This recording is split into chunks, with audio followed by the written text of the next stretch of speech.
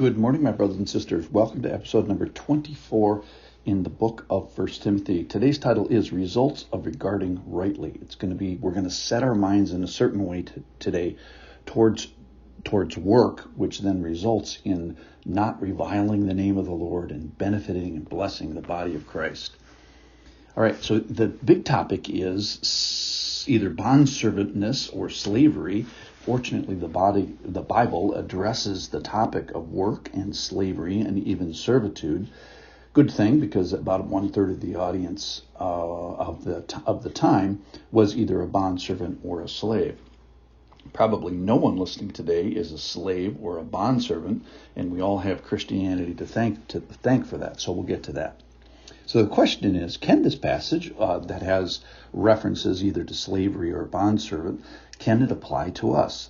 So I refer you first to Philemon, the book of Philemon, in season 16. There's 5 episodes there where this topic of slavery and what is our major allegiance to, which is to the law of the Lord, and how it supersedes the imperfect law of man. So if you're curious on the topic, go back to season 16 and listen to those 5 episodes. The Bible here comments about servitude, but it's not the only place in the Bible that it talks about being a bondservant or a slave. So you have to go back to Exodus chapter 21, verse 5, where there's a limitation to slavery, where slavery is only allowed for 6 years, and then the slaves are released and people go free. However, if based on love, that is the love of a worker to a master, that person that has 100% volition to bond themselves to their master.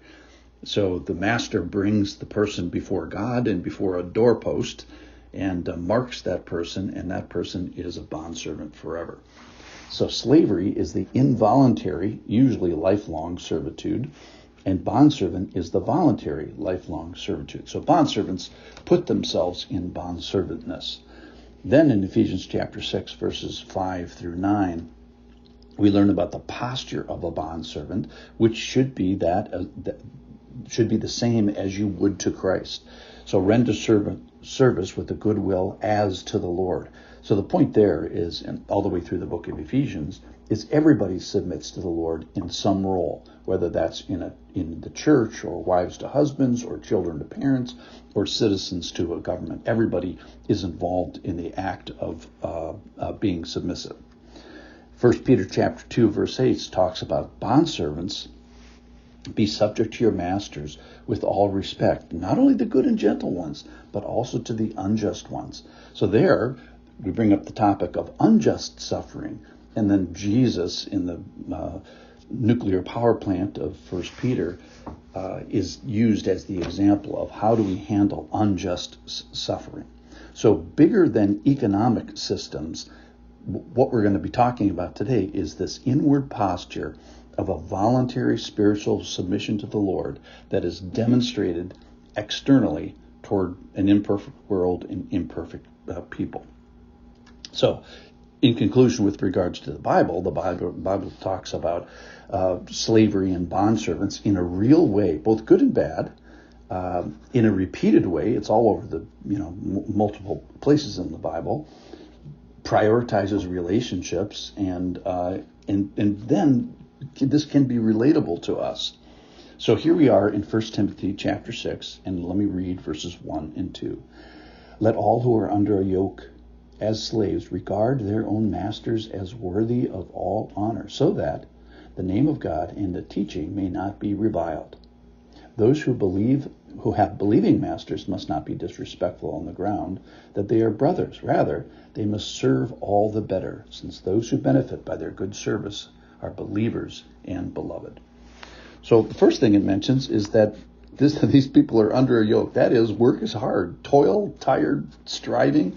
The Bible doesn't sugarcoat being a bondservant, and it doesn't sugarcoat work.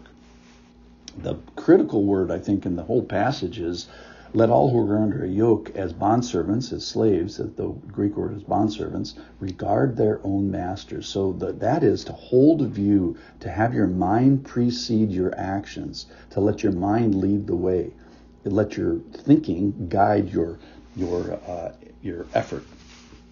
So Christ does that first, and for example, with regards to sin, he regards sin as forgettable, sin as forgivable, and so he's the best example of regarding in a certain way.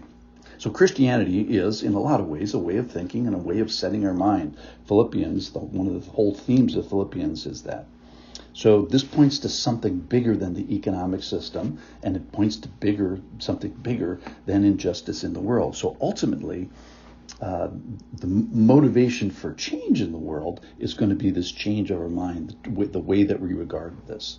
So no matter what work you do so with a particular way of regarding. Work has a benefit. That's really good here. And one of the things we need to be aware of is the way we work is going to reflect on the name of God, that it can be honored or it can be reviled. So let's respect and honor and entrust interiorly. Let's do our job with regards to regarding. Let's do our job internally correctly so that externally, even in a bad and imperfect world, we can act as a witness. So here's a soundbite for today. All work is a witness of an internal reality. It can be done as a benefit to your spouse, to your family, to your church, to your restaurant, to your hospital, wherever work finds you. Work bears the name of God and should be honored and not reviled. So work in a way that the name of God is not reviled. And work bears this internal teaching, this truth, this worldview. So this truth ultimately elevates God's name and his church and his law and his kingdom. So everybody works in relationship to other humans. And the way that we regard others can affect the honor that God's name is given and God's teaching is giving. So let's regard correctly. Thanks for listening.